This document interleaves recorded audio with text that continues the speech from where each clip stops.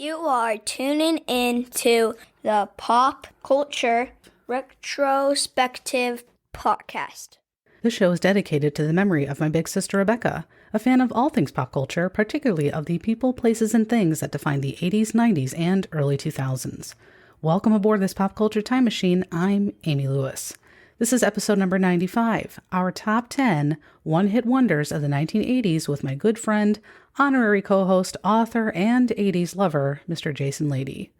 In this episode, we take yet another very deep dive. I'm talking like scuba diving, not snorkeling, into some of our very favorite songs from the 1980s from groups or individual performers that went kind of quickly in and out of the spotlight.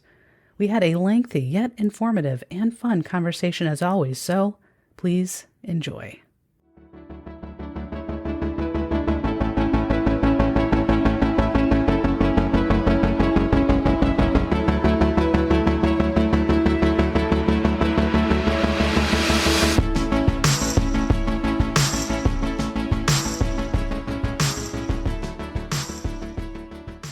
Thank you, everybody, once again for tuning into the Pop Culture Retrospective podcast.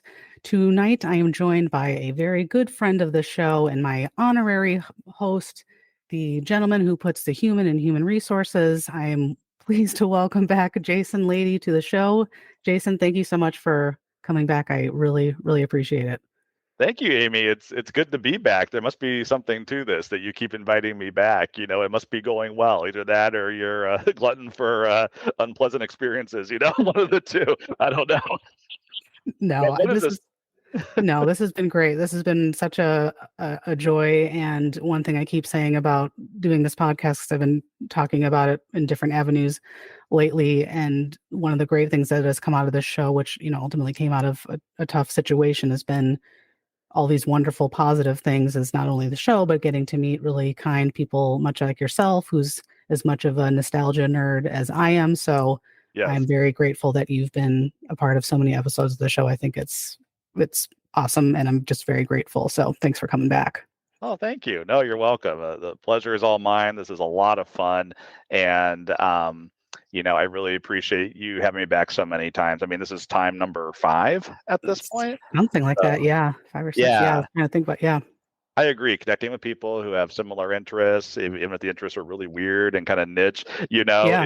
is a lot of fun. You know, like, oh, there are people out there like me and who think like me and have like similar interests as I do. You know, that's really cool. You know, helps you not to feel quite so isolated. You know. Yes. Agreed. Agreed. And it's been shown that nostalgia is really good for your mental health, and looking back on things is really beneficial and provides a level of comfort and sort of kind of bonds people together, which is really great. So I think that that's something that we can both sort of appreciate.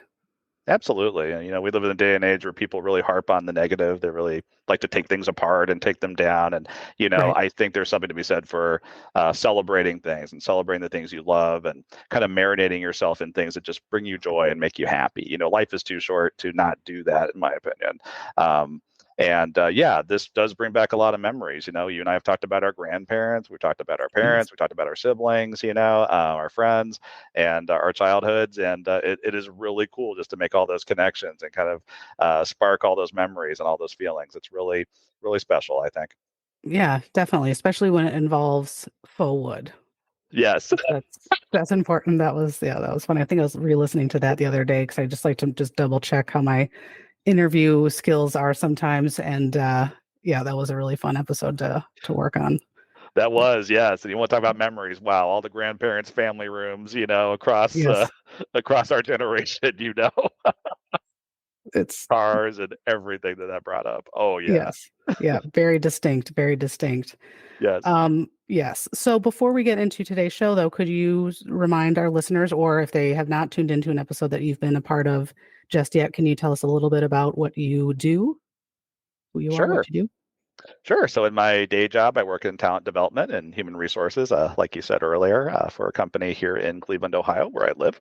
But as my side hustle, as I call it, I'm a children's book author, and I have 3 books for kids so far, and there may be a 4th one on the way. So Yes, that I'll be I was gonna ask you about that. Yeah, it comes out in February. It's not connected to my other three. My other three are called the Magic Pen Adventures, and they all have a similar theme. A kid gets a magic pen, everything they draw becomes real. This is a whole different series and aimed at slightly older kids. The other Mhm. ones were more like fourth through sixth grade. This one's going to be more like sixth through eighth grade, I think will be the wheelhouse.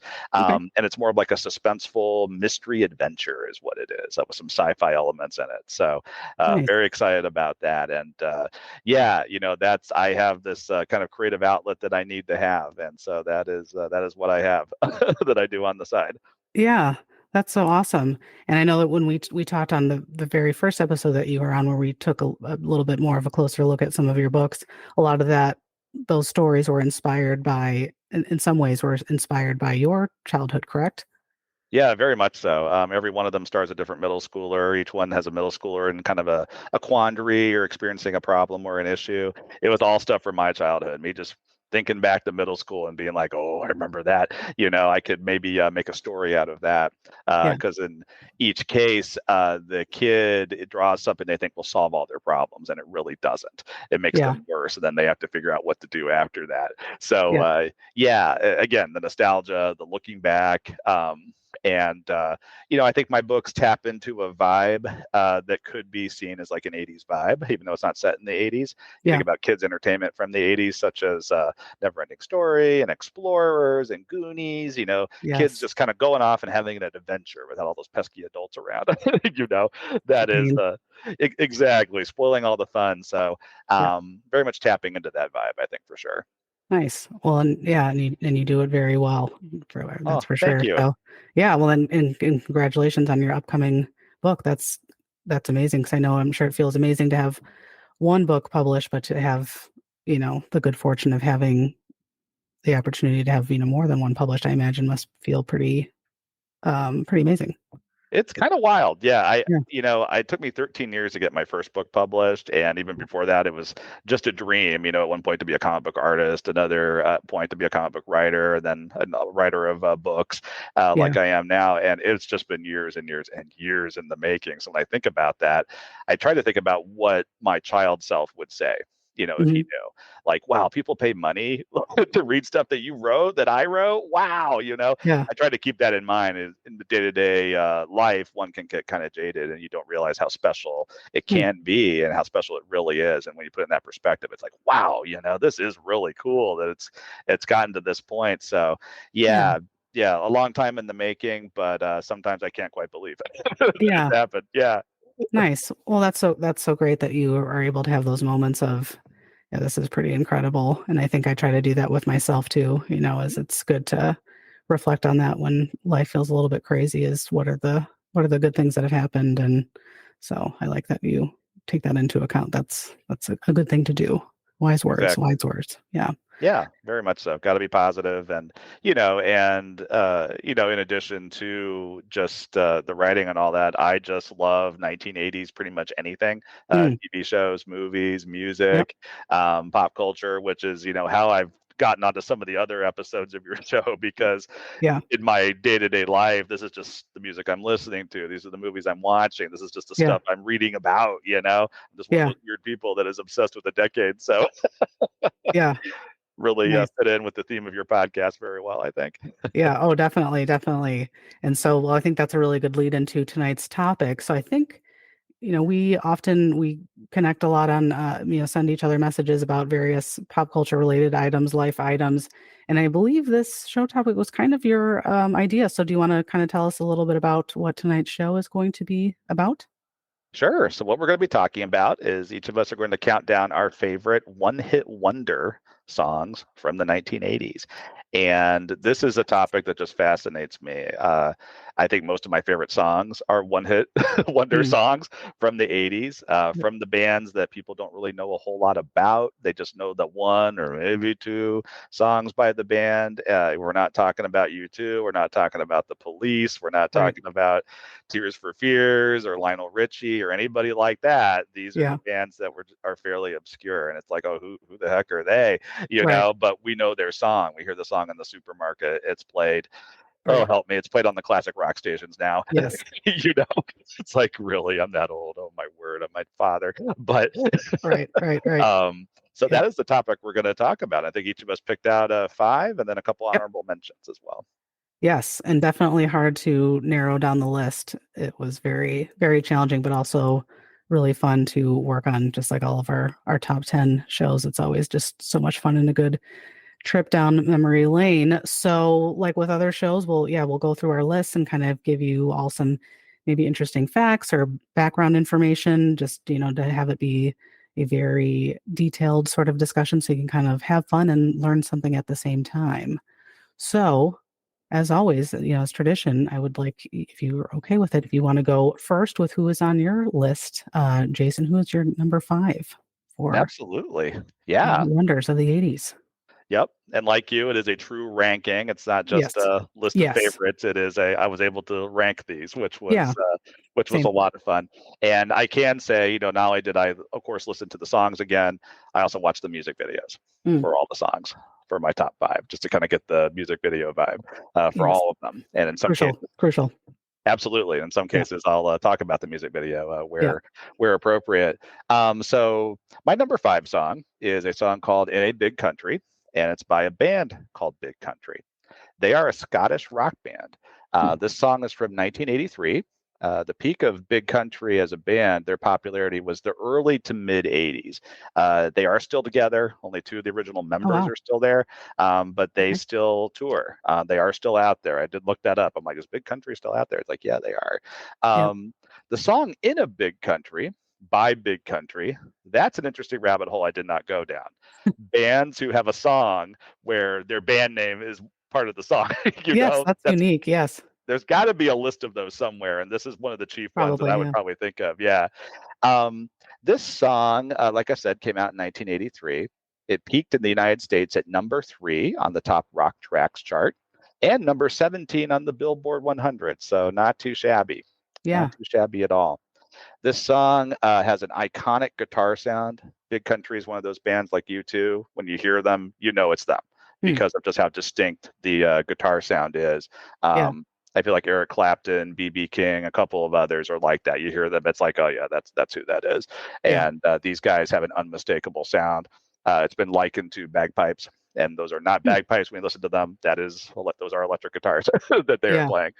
Um, this is one of the songs that reminds me of my dad.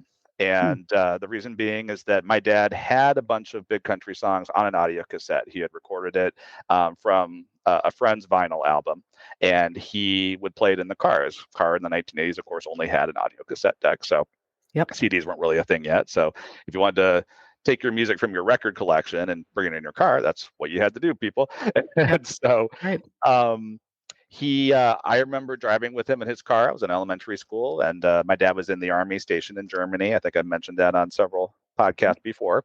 And I associate this song with being in his little blue Opel Record, little German car, and going down the 2-lane roads in Bavaria, gorgeous rolling countryside, green little villages dotting the landscape here and there, very idyllic, and him just playing, this music. And this song, to me, invokes those spaces, the wide open spaces of Germany, the green spaces, and just being with him and listening to his music. I was a little kid. When you're a little kid, you don't really have much of a musical taste yet. You're just kind of exploring. You don't really have a lot of own your own music. At least I didn't. Yeah. And so I was really very much listening to his music and my sister's music. And so this song was a big one in my childhood, and well into middle school, high school, I would borrow his tape and I would play it in my bedroom because Nice. I liked it so much. This song, so it's interesting, the band Big Country. There's been some speculation of what kind of held them back from being bigger than they are, because they actually had a lot of hit songs in Europe where they're Hmm. from, but this one and then maybe another one that charted a lot lower was really all that really broke out in the United States. A lot of people think that the band name held them back because Huh. people assume they were a country and western band. They hear the name Oh, Big Country, they assume it's a country band. So if you don't okay. like country music, you have nothing to do with it. I saw this firsthand. I tried Hmm. to recommend this band to somebody who likes rock music, and I was like, and likes 80s music, and I was like, hey, they're gonna love it. And they had this visceral reaction to the band name, like, I don't like country music. And I was like, Yeah. they're not a country band. They're not a country band. They're a Scottish rock band from the 80s. And that they did a complete 180, like, oh, whoa, that sounds Yeah. really interesting. So I really wonder if the band name really held them back. But yeah, they're Yeah. fantastic. I would recommend delving into their catalog. I listened to a bunch of it this past week just to kind of get Nice. into the vibe, and Yeah. I went down that rabbit hole. And they have probably 8, 9, 10, like just really good songs that I love. So, but I would definitely recommend at least listening to In a Big Country if you've never before. And Yeah. yeah, a special song from my past for sure. Yeah. I guess I didn't realize, yeah, I didn't realize that they were Scottish. That's amazing. It's amazing how you can't tell from the singing, right? Yes, I would not. Yeah, I definitely would not have suspected that at all. And yeah, I guess I could see how the name is because I know that I think I've certainly mentioned on many shows too that I really just cannot do country music at all. It makes me I have like a cringe reaction to just, country music just in general. So that is a really good point that I would not have even thought of that may have automatically sort of turned people off, which is really unfortunate. Yeah, not in Europe where they're from. I don't think there's quite that connection, quite that yeah, that Yeah. kind of divide between you like country music or you like rock music, and I think that has changed a little bit in the past couple decades. There's some country I like. My wife really likes country music. There's some of it I enjoy, but it's by no means my favorite genre. Yeah. But yeah, a little bit of a barrier, I think, and I've heard that speculation that they just had a different name. Maybe they could have been the next U2, but they were Wow. not. So Wow. If only they had called themselves Big Continent, that may have really right, I widened know. things a little bit. Yeah, Big broadened the audience. town, big city, big Yeah. street. Yeah, Right. Yeah, big community. Yeah, so many it's true. possibilities. Yeah, Yes. too bad. It's Really too bad. interesting. Yeah. Well, cool. That is all information I did not know. So Yeah, thank you for sharing that. All right. So my first on my list, my number 5 is Maniac, which comes from the hit movie Flashdance, which I was obsessed with as I don't know, maybe I don't know, middle schooler or a teenager. I had the movie on VHS. Definitely love Jennifer Beals. I've had a crush on her for as long as I can remember. But anyways, the movie was very well known also for having a great soundtrack. And so Maniac was, of course, on that in that movie, and was during a very famous scene where she's kind of like running in place. And so now, anytime somebody's running in place, and I do this to my kids, if they're running in place, I start singing that song automatically. But yeah, so this song was written by Dennis McCoskey, must be Polish, and it was performed by Michael Sembello.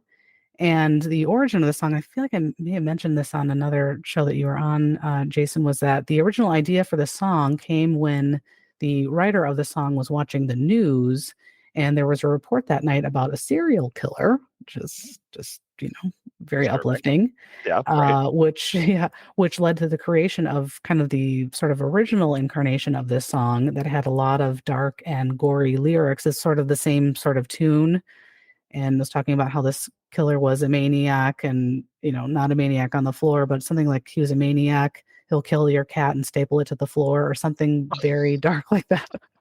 Wow. That this is true. Yes. So quite a dark place.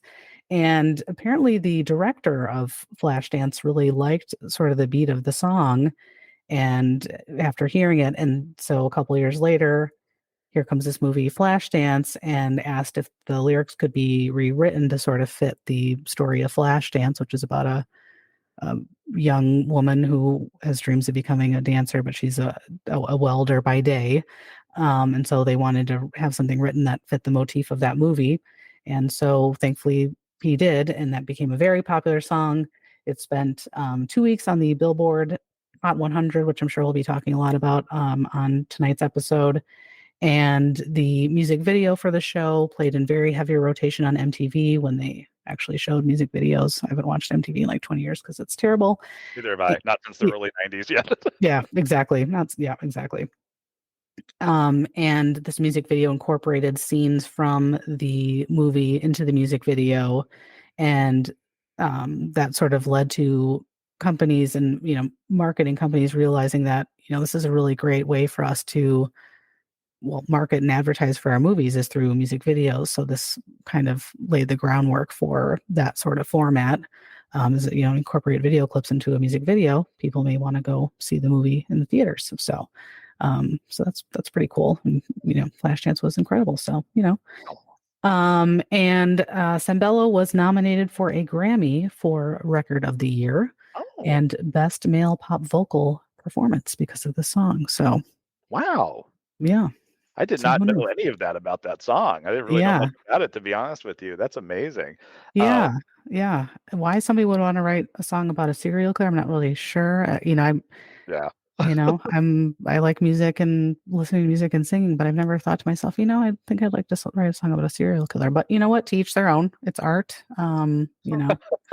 I mean, it seems like more the material of like the more macabre heavy metal bands would be using, Hmm, not so much, right. Yeah, not so much exactly. like a pop artist, like it seems like he was. Yeah, Right. Right. that that is really odd. I Yeah. think on our '80s soundtrack podcast, your love of Flashdance came up, but I think you Yes. mentioned it then. Yeah. Yeah. It was an honorable mention or something like that. Yeah, because I mean, I haven't watched that movie in probably, I don't know, 20 years or something, but Oh I watched man, that movie religiously. I loved that movie so much for multiple reasons. yes, And one I of the main have the kind of reveals. soundtrack. Yeah. Yeah, and I had the soundtrack myself that I listened to in my car all the time. Went through a very significant Flashdance phase. The So, Flashdance phase, yes. yeah. Yep. Very cool. I saw the musical Flashdance. I may have mentioned that on the other Mm. podcast, but I saw that here in Cleveland. That came through here. Oh And God. when the curtain opens, the lights go up, and What a Feeling started playing, the place Ugh, just went insane. It was I bet. amazing. It was all Yes. people our age there, and it just went wild. So Yeah. I think Maniac was in there too. How could it not be? Right. Yes. If I got to see that, they'd be like, why is that woman crying like in the fetal position on the floor over there? It's because she's Right? obsessed with them. She's Does been she need obsessed with the help? movie. No, no, she Yeah. doesn't. No. I'm fine. I'm fine. I'm fine. I'm just in the moment. I'm just in the Right. moment right now. Yeah, Right. yeah, yeah. It is one of the great '80s iconic songs and an iconic soundtrack song. So I think Yeah. that's awesome that you have it on your list. That Yeah. song's a lot of fun, and you're right. It's a fun one to dance to run in place to Right. sing along to. It checks a lot of boxes. It does. It does for sure. Yeah. All right. So what's next on your list? My number four is a song that a lot of people know. This is "Take on Me" by Aha. This So song good. came out. Oh, So amazing. good. Yeah. Yeah. Came out in 1985. Uh, Aha is a Norwegian rock band. They are from Scandinavia, from the North Country. Um, their style is described as synth pop and new wave, which is, I think that really fits with what they are. Um, this song was out for a little while before it got huge. Why did it Hmm. get huge? It got huge because of the iconic music video that MTV put out there, that just brought this song to the stratosphere. It was number one on the Billboard Hot Top 100. I don't know for how long, but it got all the way there. And I believe it. by far their most successful song in the United States. I think they had another hit that was at lower in the charts, but again, another example of a band that is still together. They Hmm. are huge back where they're from, but people love them. But back there, but this is the breakthrough hit. And you ask any American, they're going to be like, "Oh yeah, aha, they're a one-hit wonder." It's like, yeah, they are in the United States, but not Hmm. where they're from. Um, so going back to the music video, so can't talk about the song without talking about the music video. So Yes. the music video has a story to it. Anybody who's seen it remembers this. There's a young woman who's in a diner by herself reading a comic book, sitting at a table drinking coffee, reading a black and white comic book.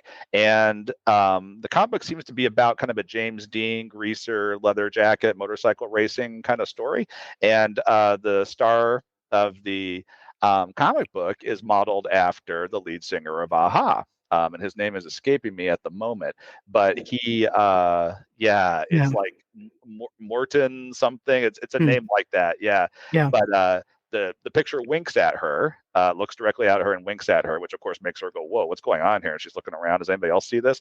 And his hand beckons her to come into the comic book, and Hmm. she actually enters it, and she's in this like black and white comic book world, and she still looks like herself, but she's drawn like a picture, and it goes back and forth between live action and the drawing seamlessly between. Hmm.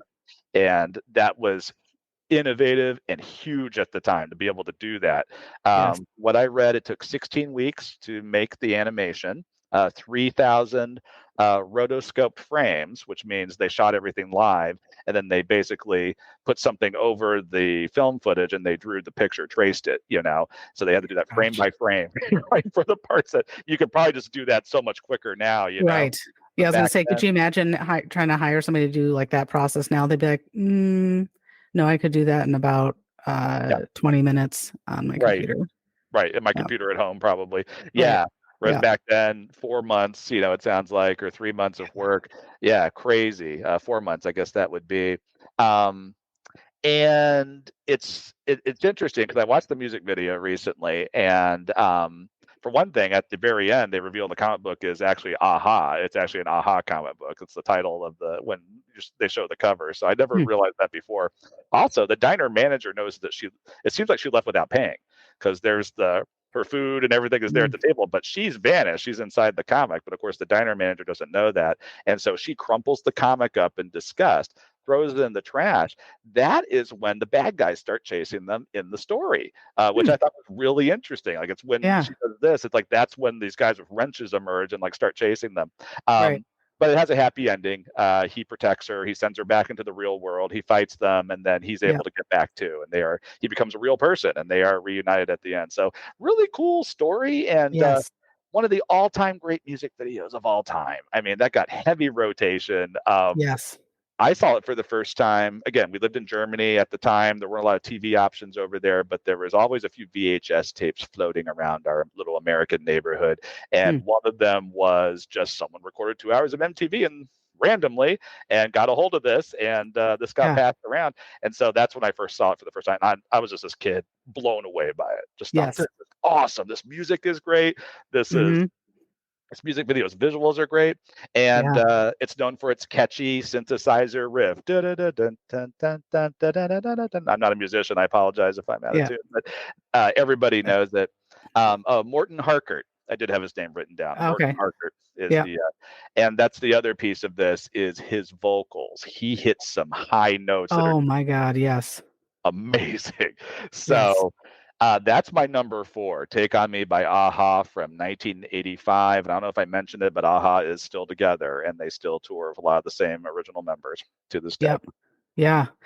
Yeah. I recorded that music video on a VHS tape, I think at like my dad's house or something. And I watched that music video over Oh, and over and over again. And well, first of all, loved that song. I bought their, believe that was on the album High and Low or Hunting High and Low or something like that. yeah, yeah. And I bought that CD strictly for that one song because that's what you did is like, Yes, you you had to.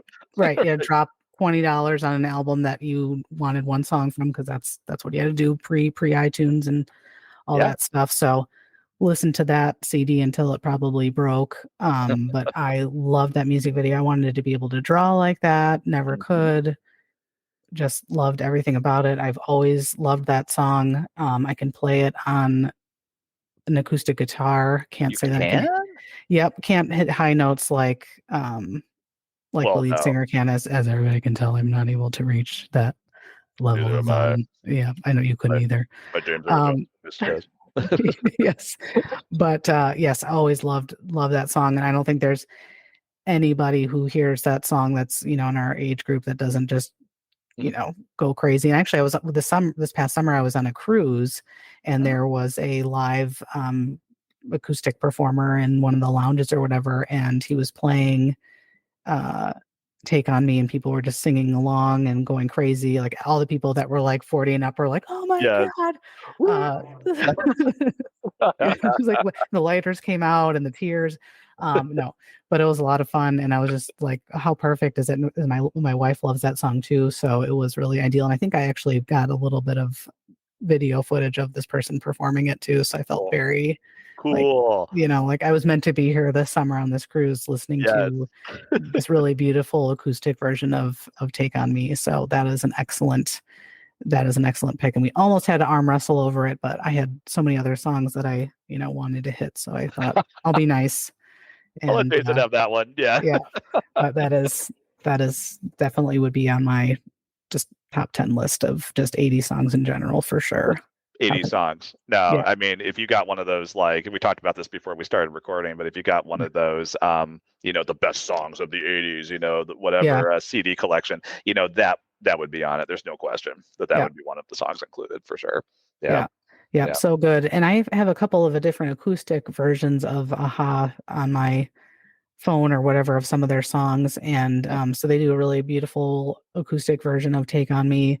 And then another song by them that we listen to a lot in my house that my dad just loves to this day is The Sun Always Shines on TV. Oh yeah. Yep. That's another really great, kind of fun, fast paced song. And they do a really great acoustic version of that on this live acoustic album. It's not like MTV Unplugged, but it's just this kind of acoustic, fully acoustic album. It's pretty impressive. So I listen to that periodically. So highly recommend. Yeah. Interesting thing, right? Like they are well known in Europe, Yep. only really known in the States for two songs, probably, The Sun Always Shines on TV plus Take on Me. Yep. But they're so talented, like they're such Yes. accomplished musicians and capable of so much that here in the States, we just don't know. We just have no clue. We're just like, oh, those are the guys that did Take on Me back in the 80s. It's like, they're still, a going concern, guys, Right. and yeah, it's a weird thing. I don't know what kind of zeitgeist kind of thing it is where like you break in with like one or two songs and then you just never go any further than that, here. I don't know why that is, but Yeah. um, it's an interesting phenomenon for sure. Y- Yeah. Yeah. Definitely. Yeah. They're just it's not appreciated here, and that's a Mhm. shame because they're Hey. amazing. All right. So next on my list, and this song automatically makes me think of my mom because this is how I heard about this song. Um, So my song is Breakout, which is from 1986 and from a band called Swing Out Sister. Hmm. And I think as far as I want to say they're from the United States. That's actually one thing that I don't quite remember coming across, but I believe they're from the United States, I think. Feel free to message me if that is incorrect. So this song was co-written by the band's singer. Her name is Corinne Drury. And I didn't realize this, but she was actually covering from a really horrible accident when she wrote this song.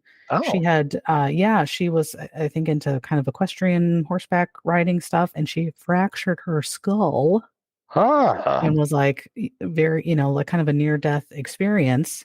And although she was in this horrible accident, of course, in a lot of pain during that recovery period, she was writing the lyrics for this song, Hmm. and they were sort of positive and uplifting because she was going through this sort of traumatic event. So, Hmm. kudos to her.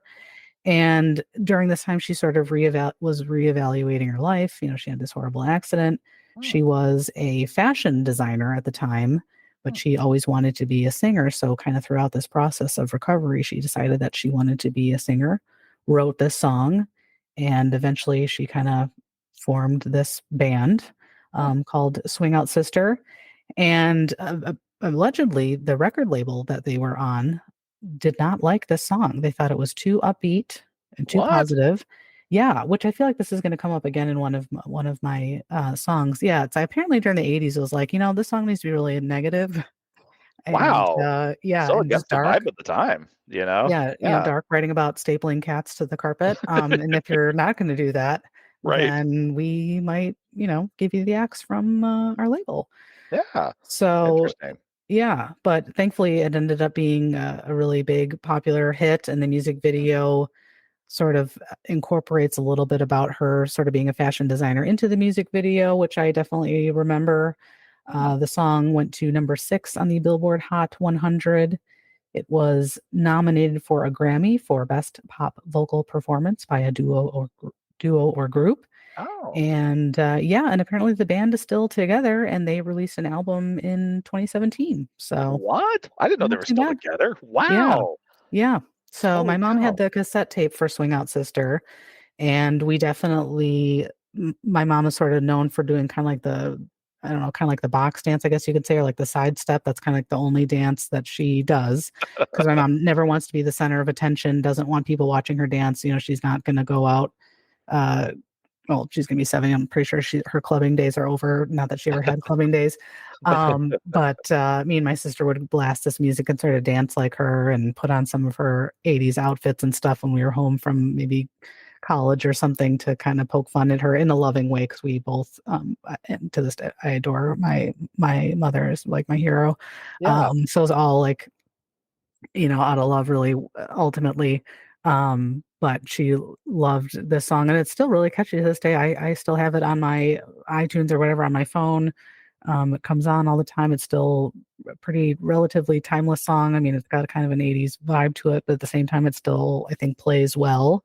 Mhm. And I can't quite remember some of their other songs super well, but this one definitely stands out in my mind as being a song that we just loved listening to and kind of jamming out to. And we were sort of kind of like you were saying with your dad, Yeah. we were sort of at the mercy of whatever my parents wanted to listen to in the car, and they had the cassette tapes and stuff. So kind of whatever they wanted to listen to, that's what we went with. But thankfully, we pretty much loved everything that both of my parents listened to. So if Hmm. my mom was like, "Hey, do you mind if I, pop in a little swing out sister in the Ford Escort wagon?" We're like, "Yep, sounds good." Yeah. No problem. Yeah. Um, do you want to, kick back in the Jeep Cherokee while we listen to Swing Out Sister? I'd be like, "That sounds great, Mom. Pop it in." So That I yeah, think in this regard, we're both fortunate that we liked our parents' music. yes. Because can you imagine otherwise if we're just Yes. cringing like, turn it off, turn it off. Right. Oh, yes. I know. If my parents were like, "We're gonna listen to country music or like really, really heavy like metal music," I'd be like, "Oh God, this is gonna be a long car ride." Right. Yeah. Yep. Yeah. Frank Sinatra songs from, nothing against that music, and some of Right. that stuff can be very relaxing to listen to, but not Right. my thing. If my dad had been like Bing Crosby, I've been like, don't know if that would have grabbed me as Sure. a kid. Right. It was the music that was popular at the time, and they were into it. So kudos to Right. them for not being stuck in the past, right? Yes. Um, Yes, definitely. this song's an interesting one for me because I don't remember it from the 80s. I Hmm. discovered it in the 2000s. I was Hmm. checking CDs out of the library and ripping them onto my Yes. iTunes. Oh, I used And, to do that too. Yes. it was on one of Yes. those 80s compilation CDs, and Of I course. discovered it that way. I have no memory of it from earlier than that, but I remember Yep. I do like this song. I gave it a re listen and great synth intro. Love the synth Mm. intro. There's going to be a Yes. common theme here with the music I like that has synth in it. Yes. And it has a horn section. Jason loves a horn Yes. section. Love it. So good. Very well done. Yep. Yeah, yeah. I just looked it up. They're British, actually. Oh, okay. Um, I was yeah, gonna they're a say, British yeah, I band. couldn't. Yeah. In keeping with the theme we have going so far, is that Right. just about everybody we're talking about is Right. from Europe. Yeah. Yep. Well, cool. And I love how some music and the song, for you is it's just invocative of like you, your sister, and your mom having fun together, and you guys Yes. having good times together, and your family doing stuff together. I think the stereotype sometimes is that the kid listens to their music alone in their room, and the parents Right. listen to their music in their room. When the family's coming together around the music, like my family did often, that's really cool. Yes. And very special when you think about it, because like we said earlier, it's not everybody's experience. Sometimes it's like my parents listen to this horrendous crap, and Yeah. I am gonna go listen to my music, that Right. cool teenagers like in my room with the door shut and Right. drown them out. And I definitely had, some things like that where it was like, this is music my parents don't like, very much. But for the most part, though, it's like, oh yeah, we're all cool with each other's stuff. Everybody's music is cool. Yeah. And you can have fun with it together. Yes. It's cool. Absolutely.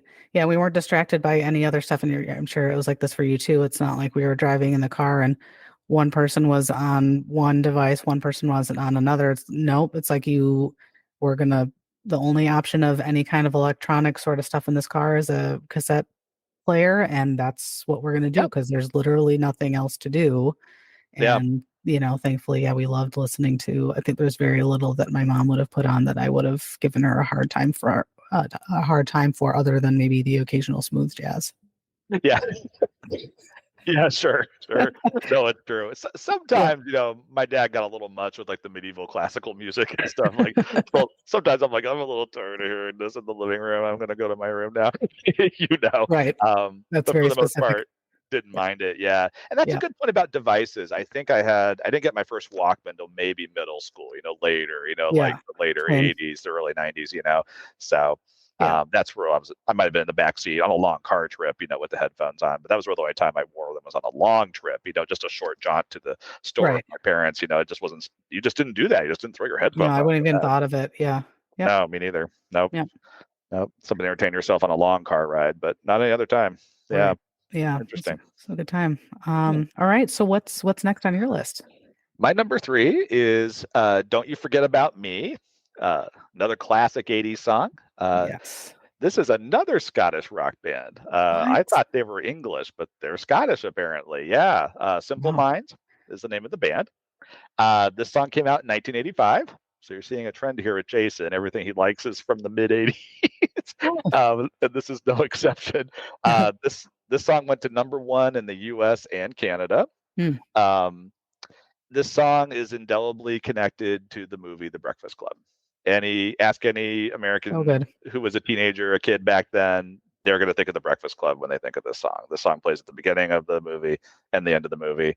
The triumphant ending. For Hmm. anybody that doesn't know, The Breakfast Club is a John Hughes movie, one of his best. And this is five teenagers who are from very different cliques in high school. They're all in detention together, weekend detention. And they start out being suspicious of each other, not liking each other, and then realize they have a lot in common, even though they are so different as people, and they make connections. And that movie is a classic 80s movie. I think this song is a classic 80s youth anthem. Yes. And another one of those where if there's an 80s compilation, this is going to be on it. Absolutely. What's Absolutely. interesting is they didn't write this song. Simple Minds did not create this song. This was shopped around to a lot of different groups, and no Hmm. one wanted to do it or couldn't do it. And Simple Minds kind of had to be talked into it because it wasn't recorded by them. They like to do their own material, and they're like, we don't know about doing someone else's song, and kind of sharing everything and stuff. But they Yeah. eventually did it, and it's by far their biggest hit ever. Yeah. So don't Absolutely. turn it down opportunities, people. Yeah. Is the message there. Um, let's see. Yeah, they originally didn't want to do it. And again, they're another band where they're still touring, they're still together. They have Who knew? released tons of albums. I've gone back and listened to some of their greatest hits because I was just like, what's on a Simple Minds' greatest hits? I don't even know what's going to be on this other than Yeah. this Don't Forget About Me, and then maybe like one other song. Alive and Kicking is like their other big hit, Hmm. and that came to the US. And I was like, I don't know any of these songs at all. I've never heard them. And pretty good. I thought they were okay. I Yeah. would recommend people going back. I don't like them as well as like Big Countries, the rest of their discography, but Simple Minds is pretty good. Yeah. But yeah, an '80s youth anthem, an iconic '80s song, and this is one that takes me back to another special family memory, Hmm. and that was again living in Germany. Not a whole lot of like American entertainment options over there. They would beam via satellite radio from the U.S. And we would get it over there. Now that'd be on the internet, but the internet was Right. not a thing then. And my sister had like this silver radio double cassette tape decks boombox in her room. And on Sunday mornings, I think it was Casey Kasem's Top 40 would be Ah, playing. yes.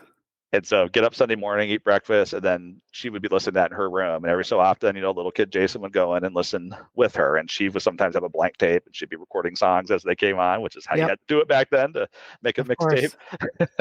Yeah. And I associate this song with those times, those just like Sunday mornings, me and my sister in our pajamas, listening to Casey Kasem's Top 40, all these great 80s songs just unfolding, Yeah.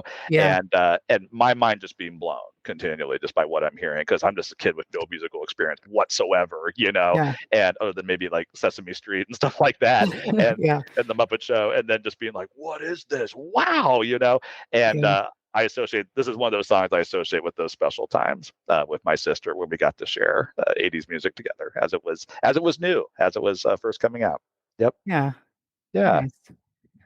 Yeah, well, I think you and I were both, very influenced by our older sisters' Hmm. musical choices. Because when I look at any music that I'm listening to on a daily basis, the number of songs that are somehow connected to my sister, influenced by my sister, she liked it first, or she introduced me to it, it's pretty significant. So Oh that's yeah. really sweet that you two had that connection with each other. That's super cute. Yeah. Um, yeah, I know that. I think I can't say that I watch a lot of recent movies, and I guess this is probably not even a recent movie either. But I don't know if you've seen Pitch Perfect at all. No, I've heard of Which it. is, yeah, it's a it's a really fun comedy movie, Oh. which I kind of randomly ended up watching. And they, throughout the course of the movie, they actually do a cover of that song, and Oh, it's really good. it's a It's good really cover. cool. Okay, good. Yeah. And it's a really funny movie. It's actually, I would recommend it. Rebel Wilson is in it, Mm. who's hilarious. And Is it Ant? I'm not going to even try to say the people's names because I don't know what they are because I'm just old and don't know. But it's a really fun cast and it's a really kind of lighthearted but funny movie. And so if you're looking for kind of like a mindless yet well done and predictable movie, Okay. I would recommend it because the cover that they do of the song is pretty incredible. So I think for that part, that piece of it alone is Okay. worth it to watch it. So yeah, Good. I'm glad it's a good cover because yes, sometimes it seems like the trend now is to like take a fast-paced song from back in the day and you make it slow and you make it mournful and yeah. contemplative and you sing it like this and I'm just like really No, yeah, it's you about know. well, it's about an a cappella group at a college, I Okay. want to say. And Oh, so, yeah, so it's okay. just, yeah, it's a fun, fun movie. It's been a long time since I've seen it. I'd say it's a recent movie. It's probably from like the early 2000s in my Like like frame of 2002. Yeah, right. like, oh, I think that's pretty recent. It's like, Amy, that's from 2003. It's like, oh, whoopsies. I've had that 2000, experience before too. Yeah. yeah, yeah, That's new. It's like, no, it's not. right, There are college students that weren't alive when that song came out. It's like, or that movie came out. It's like, right. oh, that's a humbling moment. Yeah. Yes. So I have that all, yes, I have that all the time. Well, cool. I made Um, a note of it. I'm gonna try and track that down then. Yeah, Yeah. it's a fun movie. They've made a couple of them. But yeah, it's definitely good.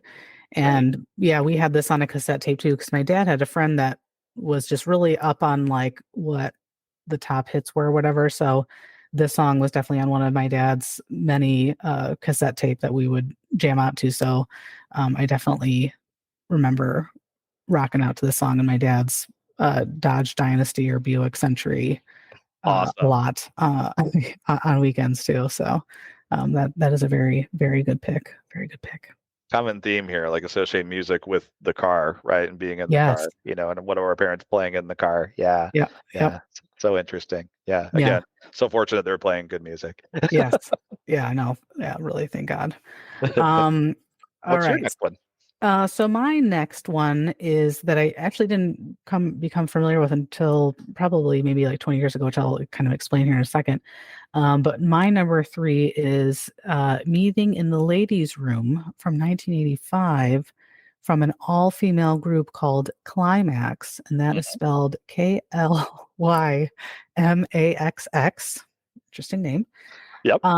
So this band is actually formed in 1979, and this song appeared on their fourth album.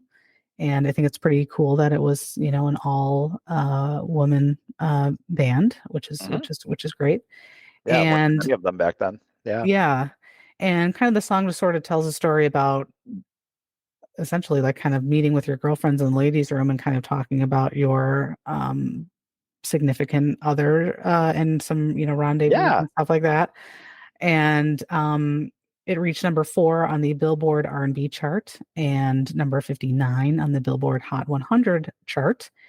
And the music video is pretty hysterical, and it was parodied on SNL probably in the last, I don't know, 5 to 7 years, which was hilarious. Really? Oh, Yeah, no I'll way. have to post a link in the show notes. So I don't know whose idea it was. It must have been like an older castmate on the show because most of the cast members I think now are like under 30. But in the SNL skit, they kind of made a skit out of the lyrics of the song and some of the stupid stuff that happens in the music video. Oh. And yeah, so it's pretty funny. So they like have a meeting in the ladies' room and pretend it's like a nightclub, but it turns out that it's actually like a ladies' dressing room at a department store. And it's so niche and so random that you have to be familiar with the song and the music video to really find how ridiculous and funny it is. Yes. And Emma Stone was the host that day. Oh, she's funny. Yeah. She is hilarious, and I didn't really know who she was because, again, out of the Mhm. loop, but she is so good. And she's in this skit, and it's just fantastic. Highly recommend. But the original music video for the song was directed by a band member of Devo, Huh. Okay. which I thought was Wow. really random and just very 80s. Very random. So Yeah. yeah, so who knew he can, Mhm. crack a whip Yeah. and direct music videos? Uh, you know, multi talented. Yeah. And the reason why I became familiar with Climax was because they were on an episode of the VH1 show Bands Reunited, in Oh, 2004, which that was a really fun show, which that was probably the last time I had cable. I don't even, it must have been, I think I was in college when that was on. okay. Um, so they got bands back together. I think they got like Catch a Goo Goo back together and Mm. some other notable 80s bands. And then they would like put on a performance Oh, like okay. in front of a actual crowd of people, which is pretty cool. So they were on that show, but there was a lot of like drama. The band has had a lot of different members kind of coming in and out, and one of the, Mm. I think, original band members didn't end up performing on Bands Reunited. So it was a whole Too drama bad. thing, which is unfortunate. Yeah, it really is. Yeah. Um, and yeah, so it's on SNL. That gets really, really funny. And then the song has also been used recently in RuPaul's Drag Race, which is, which is a sign of the times and just again a testament to the timelessness of the song. Yeah. And it definitely has a pretty catchy beat. The music video is absolutely ridiculous. It is. And I watched it this past yeah, weekend because I was like, I'm really curious what the music video for this is like. And I was like, wow. right. There's It's so a much to unpack showcase there. of 80s fashion alone. Yes. Holy Oh, moly. I was like, oh man, look at those yes. haircuts. Look at what they're wearing. It's awesome. Yep, and they do that really well in the SNL skit too. It's pretty amazing. And they even so one part of the climax music video is this like guy with no shirt on is like in an electric chair and like is maybe being electrocuted. So he's kind of dancing sort of weird, like kind of Yeah. robotic. But he's also getting And electrocuted, maybe? I didn't right. quite get that part. I was like, I what don't, is going on there? yes. It was like unnecessary, not sure whose idea that was. Maybe it was a guy from Devo. I don't know. It seems But they like a make fun Devo of thing. Yeah. yeah. Well, and they make fun of that in the SNL skit, which is hysterical. And they also have somebody that speaks. One thing that kind of made Climax sort of famous was I can't think of the name of the band member who did this, but she would sort of just talk during a song, Mm. sort of out of nowhere, and sort of like a deep voice, like something sort of related to the song. So in in the song, this woman said, "Don't slap me, I'm not in the mood," and says it like a million times in the song, which is really random, but apparently Yeah. became something that they were sort of known for was having somebody Hmm. just speaking randomly in a song. Little In this random case, spoken word right. section. Yeah. Yep. And I mean, Okay. yep. And I know, I mean, I don't want to get slapped. I'm Oh, never in the mood to get slapped ever. So I oh, can me relate to neither. that. Yes. Um, We all can. Yeah. yeah, not, It's a I'm never in universal. the mood. Right. I'm not in the mood now, and I'm never in the mood to get slapped, actually, which is just random. And they actually did have some other notable hits too. And I know one song that I just find uh, uh, the title of is hilarious is "The Men All Pause," which is kind of like a play on menopause. Which Ah, is okay. which Okay. Interesting. yeah, which Yeah. is weird because I think these women were probably like in their 20s and 30s, maybe 40s when they're in this band. So I'm not really sure why they were Yeah, kind guys, of you're not there concerned with yet. that. Yeah. But You hey, know. Right. teach their own.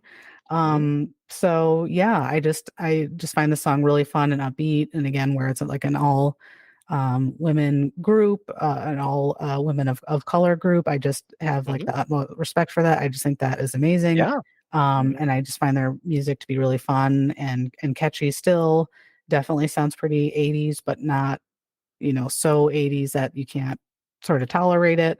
I think, yeah, I think their music is fun, and I'm just kind of bummed that sort of this sort of drama played out. And I was hoping that there'd be this like great story of them being like the four original band members or something like still together and playing, but unfortunately that Yeah. was yeah, not the case. So A lot of bands go that way, yeah, right? You know? yeah, Yeah. It's you got one personality in the band that spoils it for everybody, like yes, Guns N' Roses kind of went that direction. yes, Um, but then it seems like a lot of time it comes down to like, who's getting credit for what and yes, how is the exactly. money That's being divided up and all yep, that kind of thing. And so it's sad when bands can't make it work and they just break apart or their original lineup just is not together because they hate each other, you yes, know. yep, Um, yep.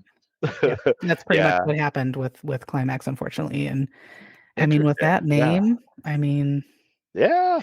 Yeah. it's like woman power, so Right. it's unfortunate. So Very much so. Yeah, I had never Yeah. heard of them. I had never heard the song before. Yeah. It got past me back in the day somehow. So Yeah. you introduced me to a new song.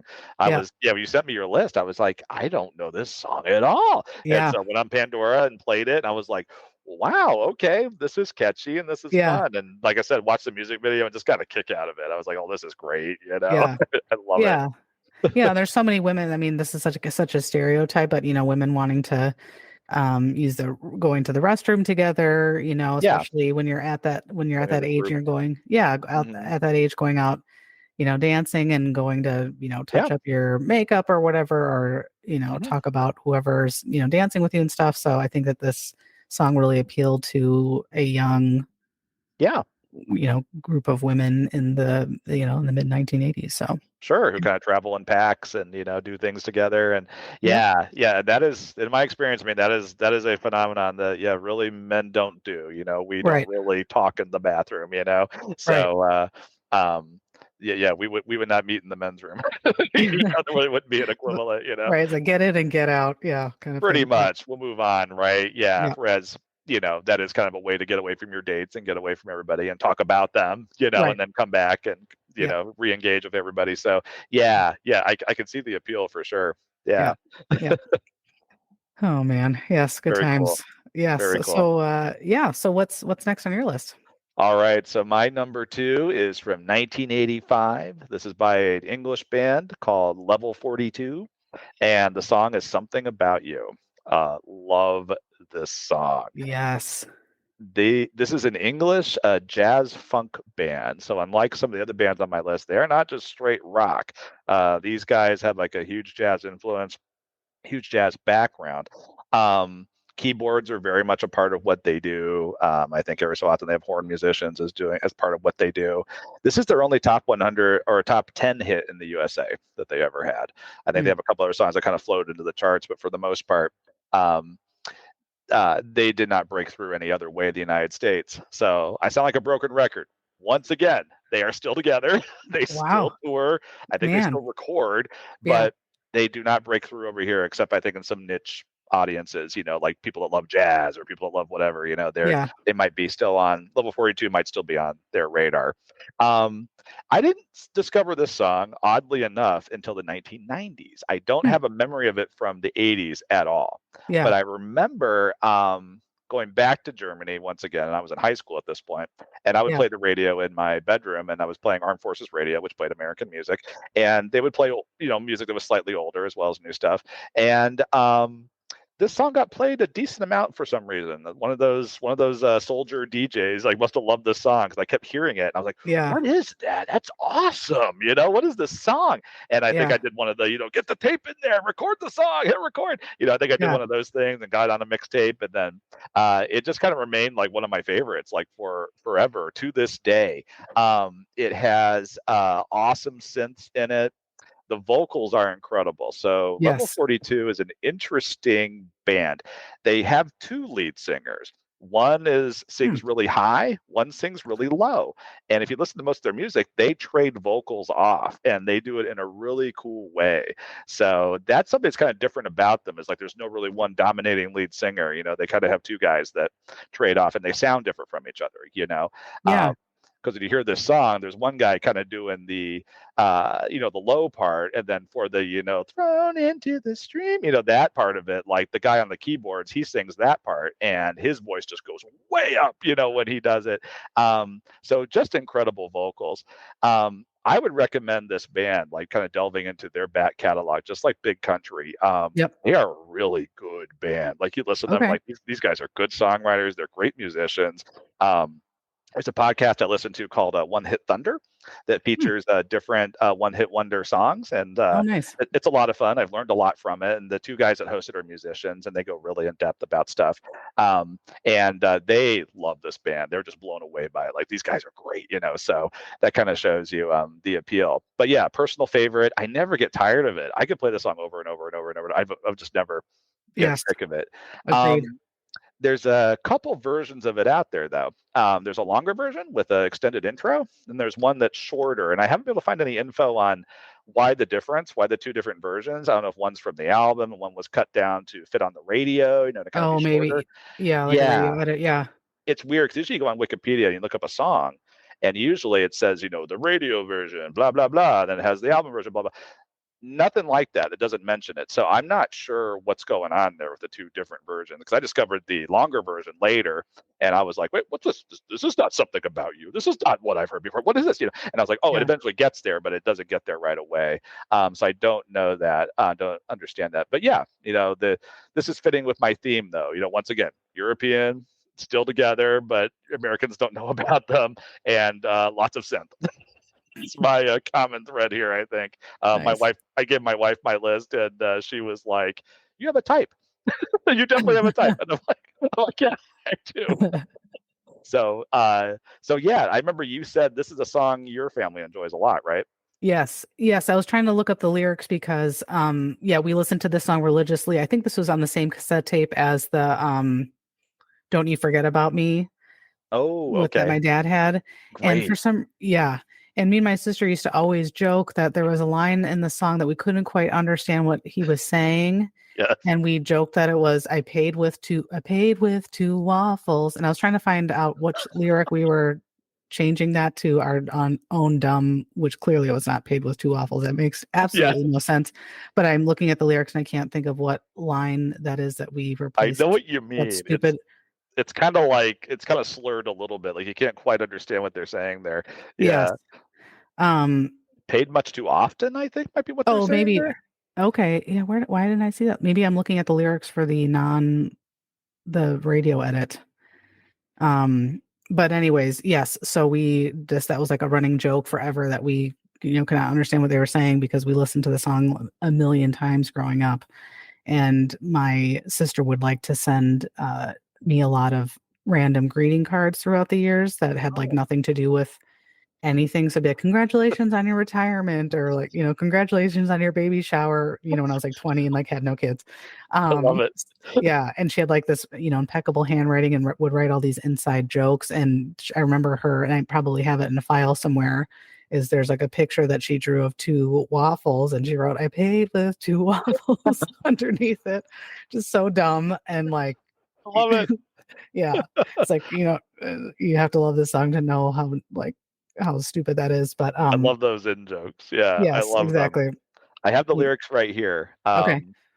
How can it be that a love carved out of caring, fashioned by fate, could suffer so hard from the games played once too often? Okay. From the games played much too often. I didn't know that either, actually, as much as I've I heard this mean, song. I I didn't know what think he I said paid. there either. I think I paid with two waffles. Seems like a reasonable Me too. Well, speaking of Devo, you'd think that would be like, replace it.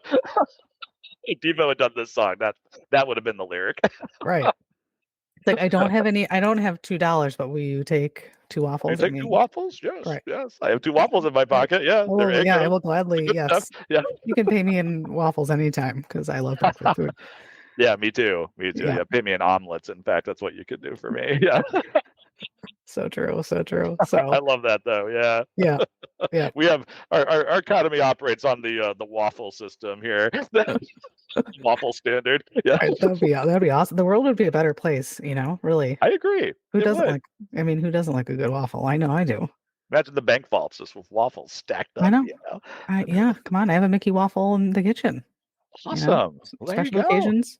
Yeah. Yeah. It's got Here's the a Mickey ears waffle. and Hmm. everything. Yeah. Oh yeah, Everything. you're the big Disney fan. That's right. Yeah. That's right. You've told me about your love of Disney. That makes a lot of sense that you own that. So yeah, Yeah. Mickey, that'd be even more special. I think that would actually be Hmm. like a $20 bill versus a $10 bill.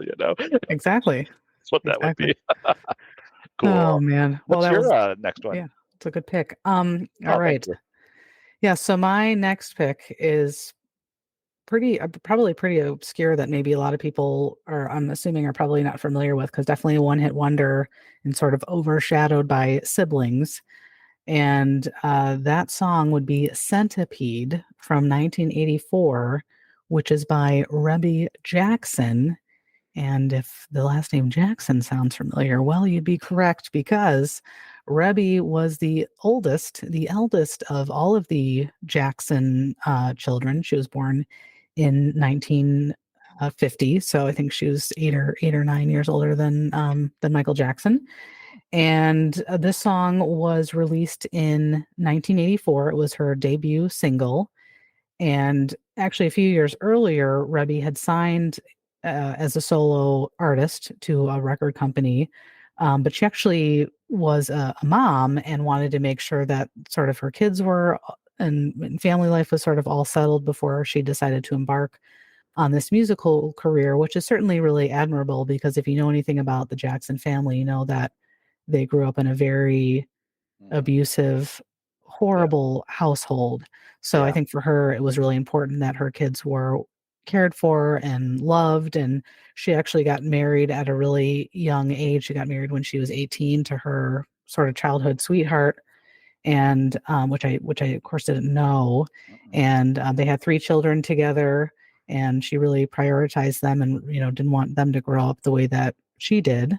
So that's I thought that was really, yeah, very, very admirable. So, Oh yeah. um, yeah, so she had this, got this record deal, and apparently she was actually like a really great singer. I mean, she's still alive, but she would enter a lot of singing contests with Jackie, her brother, and they like won a lot of stuff. So apparently, it's not just like because she was a Jackson, she, just randomly decided to pursue music. She actually had a lot of great singing talent, which again I didn't realize. I thought she was just sort of like riding on the coattails Mhm. of Michael Jackson, and I'm a huge Janet Jackson fan. I'm going to see her this summer, which I'm like super excited Oh about. Yeah, wow, she's that's like gonna my be Taylor. She's my great. Taylor Swift. She's like Okay. my. Yeah. I've loved her forever. Um, so, anyways, yeah. So she had the song that came out in 1984. The song was actually written by Michael Jackson, coincidentally, and the background vocals on the song were written. The background vocals, excuse me, were performed by Michael Jackson and the Weather Girls, I who I should read have put. that. Yeah, Yeah. who I should have put them on the list too. For the, Right. they sang It's raining the men. It's Yeah. Raining Men, Yeah. Good song. Hallelujah, which is such a great song too. It is. Yeah, so they all did the background vocals, and the song went to number 4 on the Billboard R&B charts, went to number 24 on the Billboard Hot 100 charts, um, and it's just a really ridiculous song. Has a really low budget, terrible music video that I don't even know where to start with how bad it is. I could direct something. I think my 7-year-old could direct a better music video for it. And I think this music video wins the award for the most shoulder rotations by the performer because she like walks 5 feet and rotates her, like goes backwards with her shoulder, which I don't quite understand, but Yeah. very, very just epitome of bad 80s music videos. And it involves her kind of just dancing around sort of this mansion that clearly looks like a set. I think it was recycled into like the Fresh Prince of Bel-Air set. Oh A few wow. years later, Okay. well, that's what it looks like, just like cheap, but made to look sort of expensive music Gotcha. video. Yeah. Not a And real house. They did not go on right. location for this. Yeah. Yes. Okay. Yes. Just ridiculous. And then they had like um, although it's referencing a centipede, there's also some talk in the song about like a snake. So there's a really bad like cobra figurine that was moved around. I think that they pulled out of a toy box and put a camera on to reference the special effects. Is really bad. But the song is I mean, it's still pretty catchy, and it's kind of cool that you can Mhm. hear Michael Jackson singing in the background. Yeah. And sometimes I like to watch like random choreography stuff when I'm like exercising or stuff. Mhm. And there's a lot of really interesting sort of modern, sort of hip hop kind of dance takes on the song, which I find really interesting to watch. Hmm. Okay. And yeah, because it has a good beat to it, but you can totally tell it has like a Michael Jackson sort of Yeah. vibe to it. It does. Um, Oh yeah. and so Rebby really never experienced as much success as she did with Mhm. this song, and she's released a couple of albums since, and she actually stayed married to her childhood sweetheart until he passed away of cancer. I think it was in 2013. Wow. So Yeah. sort of defying the odds, and Hmm. I guess her dad was really opposed to her getting married, Hmm. and didn't refuse to walk her down the aisle. But she Mm. stayed married to this person for a really long time, and was really is a very talented singer. So who knew? Yeah. Yeah, Yeah, yeah, very strong individual from the sound of it, yeah, to not only be a child in that family, but to be the oldest child in that family. yeah, Um, and you have that many siblings, and I think once a family is that big, inevitably the eldest child has to help take care of the other kids, yes, and that can be a rough situation and create a lot of resentment. So yeah, more power to her. She yeah, has overcome a lot in her life. It sounds like. right, Yeah, this is the other song from your list I'd never heard before. yeah, Had never heard of actually, and I didn't know who she was. I had to look up who she was. I was like, oh, she's one of the Jacksons. She's the oldest yeah, Jackson. I had yeah, no idea. I yeah, had never heard of her. I didn't know about her. So, um, I don't know who I thought the oldest Jackson was. I think one of the other brothers. One of Michael's yeah. older brothers. I thought was I the always thought oldest. like Jermaine was the oldest for whatever reason. I don't know. Yeah. Yeah, yeah, yeah, definitely. Speaking of Jermaine, not to take us down a sidetrack, but the Beverly Hills Cop 2 soundtrack, he has a Hmm. song on it that's really good. So just had to throw that in there. Oh, I was like, oh, nice, who's this by? Oh, Jermaine Jackson, cool. nice. So um, that's on my Pandora like random playlist. I just have all those random songs I like on it. Yeah, But regardless, yeah, this song was fun, and and to your point, yeah, didn't quite get where the centipede fits into like right. the theme. I'm like, I don't understand it. It must just be because it sounds cool, Yeah, is why they're using that for sure. But yeah, yeah, I definitely spotted the Michael Jackson influence. Once I read that, I was like, oh yeah, okay, Michael Jackson, yeah. wrote this. But yeah, didn't know about Rebby Jackson. But yeah, she's had a not an easy life, but yeah, No, that's really definitely cool. And not. hey, one top, hit song is more than I have, I so know. That's what I was just gonna say the same thing. Yeah. Yeah, yeah. and speaking of Jermaine Jackson, I know one, again, just random anecdotal story about my sister. She was always very thought Jermaine Jackson was just hilarious because allegedly, and I should check this, but I'm pretty sure she thought it was hysterical that he has I think it's a son named Jer Majesty. He does. Yes. Sure.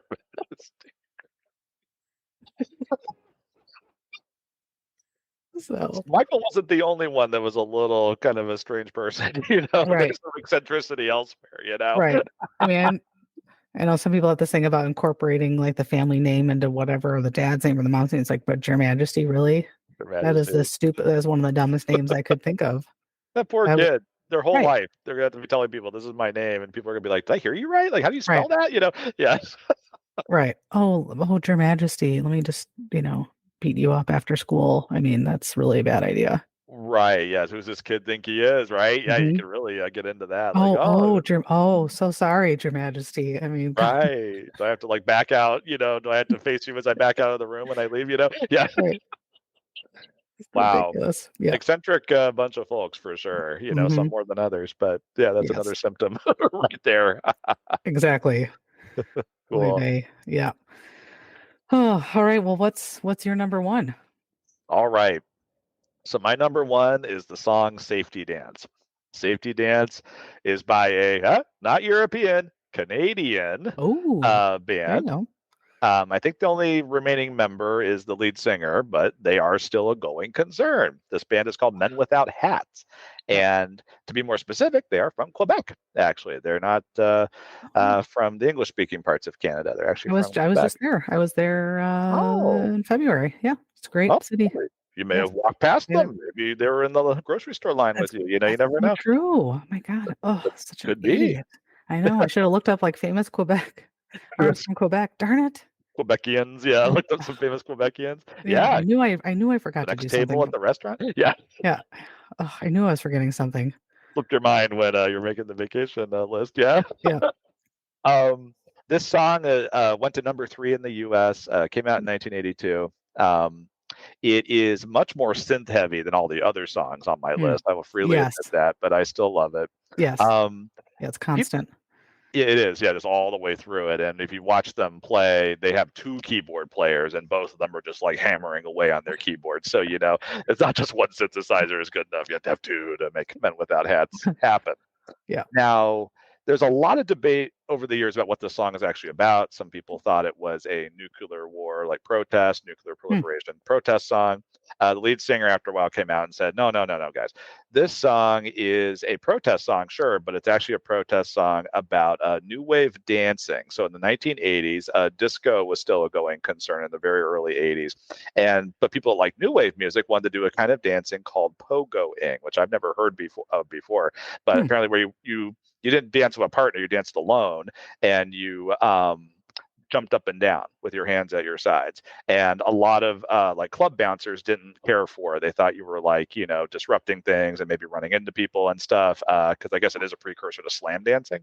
Oh. And so Hmm. people would get It's a like gateway. Yeah. a gateway, yeah, gateway drug to slam dancing. And people that did pogoing got thrown out of clubs apparently and got harassed and stuff. So this song was a protest song about, hey, we should be allowed to dance how we want to, Mm-hmm. which is a lyric in the song. Yes. This song is the ringtone on my phone. Not that I get many phone calls, but because I'm I get all multi-text spam. now. Yeah, but it is my ringtone. Of anything, I was like, what song? If I'm going to buy a ringtone, what's it going to be? I was Yeah. like, Safety Dance, no question. It's got to be Safety Dance. Mine's Now, mine's hypnotized by Notorious B.I.G. I'm not kidding. oh, okay. Yeah. Yeah. But anyways. That's awesome. That's Yeah. awesome. That's great. Yeah. Now, how did I become aware of this song to begin with? Well, kind of unusual. Again, one of these VHS tapes that in the 80s in our little American enclave in Germany, was getting passed around from family to family, and it had on it. I don't know how my family, who we got this from, but this VHS tape had, I don't know if you know Dr. Demento. I don't know. That sounds very familiar, and I don't know why, but Radio personality for a long okay. time. I don't know if he's still alive or not. But he would do Very like familiar. these. He would introduce like weird songs. I think Weird Al was like a big thing that he brought to the Hmm. radio, and songs that were kind of novelty songs. You think of stuff like in the vein of like a Monster Mash, like stuff kind of that direction. Okay. They're Yep. kind of these weird novelty songs. Dr. Demento would play them on his radio show. And so this was actually him on MTV doing a top 20 weird music video. So his specialty was weird songs. Well, he took it a Hmm. step further. MTV had him on. He did top 20 weird music videos. So that was actually on this VHS tape. And my family, having quirky sense of humor, just really got into this and loved it and watched this countdown, I think, several times. And Safety Dance was one of the music videos that he played as a weird music video. Yeah. This music video is fun. So they all look like they're dressed like they're on the way to a Renaissance fair. Hmm. The lead singer has a puffy shirt on, and Yeah. it's I think it's shot in rural England, so it looks kind of medieval. It's got like the green pastures and the idyllic looking villages and the fences and all that stuff. Okay. And it's the lead singer again dressed like a man from medieval times, and he's got with him a woman wearing a medieval dress, and also a little person. Hmm. Like a dwarf, a little person, Yeah. dressed like kind of in a jester's outfit, and it's the three of them just kind of frolicking through the countryside, and he's singing the song, Yeah. and eventually a whole chorus line of people start following them, almost Pied Piper style. The three of them are at the front, and the others Yeah. are following them, and then they go to a village, and the whole village breaks out into almost like a Renaissance fair kind of situation where there's a maypole, there's a Punch and Judy puppet show going on, and they're singing, and there's like all these hundreds of people dancing, and it's just a really fun, weird, kind of odd music video. Like the visuals have nothing to do with the song at all, so you kind of wonder how that came to be. Yeah. Um, Really.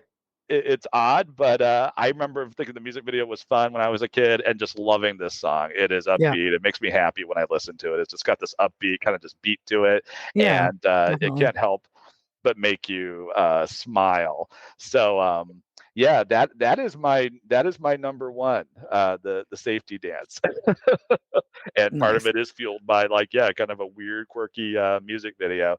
Yeah. Now, interesting fact about that music video. So in the age of the internet and be able to go on the line and just look up anything we want, right? It was Sure. a mystery for years who the woman in the video was. She wasn't a band member. She was just hired, I think, just to dance and maybe lip sync a little bit and just kind of Yeah. follow them around. And it was a mystery just who is she? Like no one really knew who she was, and Yeah. her identity remained a mystery for a long time. But Hmm. she is some kind of like cosmetics company executive now, or advertising executive. Like she's something completely different than that now. But it's just a weird thing. It was this big kind of thing in the Men Without Hats fandom and the '80s fandom for a while there. Like, who is this person? Like, we don't know who Yeah. she is. No one knows who this is. And eventually, it got figured out. I think she came forward and said, "Yeah, that was me." you know, that, Oh, finally, I guess I'll tell you because I'm really tired of people asking. Yeah. right, right. Now we can put this to rest. And yeah, that was a long time ago, guys. I'm not going to dance for you. I'm not going to put the dress on. you know. That sounds like something that would make a really interesting, very niche like documentary of trying to hunt down this woman, you Yeah, know? yeah, right. Yeah, like a maybe like a 30, 60-minute documentary with just like yeah, the mystery and setting the stage and then Yes. going around interviewing people trying to figure it out. Yeah, you would think there'd be paperwork somewhere. You're like, who'd you hire to like work on this music video? you Hmm. know who is she? But I don't know. I don't know. The paperwork was lost or something. But I guess, yeah. but it was Man, crazy, and I think it was one of the top 5 like demented music videos that Dr. Demento showed. mm, And it was, I don't know I if it got believe it. heavy play on MTV, but I think it was fairly heavy. Yeah. And yeah, Men Without Hats, another one-hit wonder, and broke my trend of European. They are Canadian, but yeah, probably one of my all-time favorite songs for sure. Nice. Yeah, Oh, good. yeah. Excellent choice. Excellent choice. All right. So my number one is I think very much kind of an epitome of an 80s song, I would say. Certainly very well known during the time, reminds me of my childhood big time, and that is Broken Wings by Mr.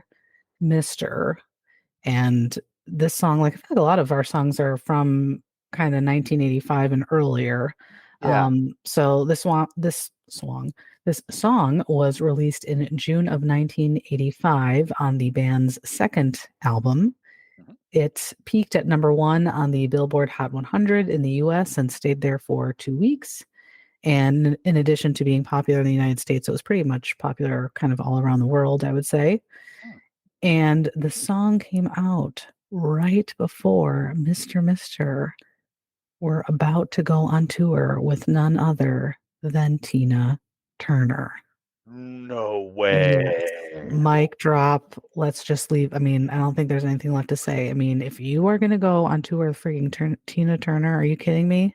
Opening for Tina Turner, I'm assuming. Yeah. Yeah. I mean, then Wow. you might as well just retire right then. Just quit. That's it. Yeah. It's not going to get any better than that. I mean, that is the creme de la creme, the peak of your Yeah. musical career. If you are opening for Tina Turner, that is Um, incredible.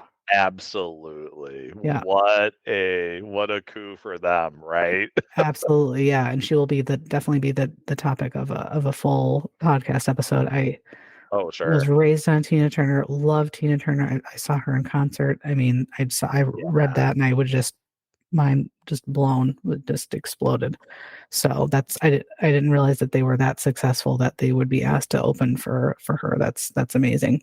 That is incredible. Yeah, Yeah. good for them. Good for them. Yeah, definitely, definitely. And the song, a lot of people think was inspired by the Blackbird song by the Beatles because there's an overlap in the lyrics. Take these wings and learn to fly. However, the song was written by a lyricist named John Lang, who said he was inspired to write the song after he read a novel with the same name by Khalil Gibran's, which I'm sure I'm butchering that last name.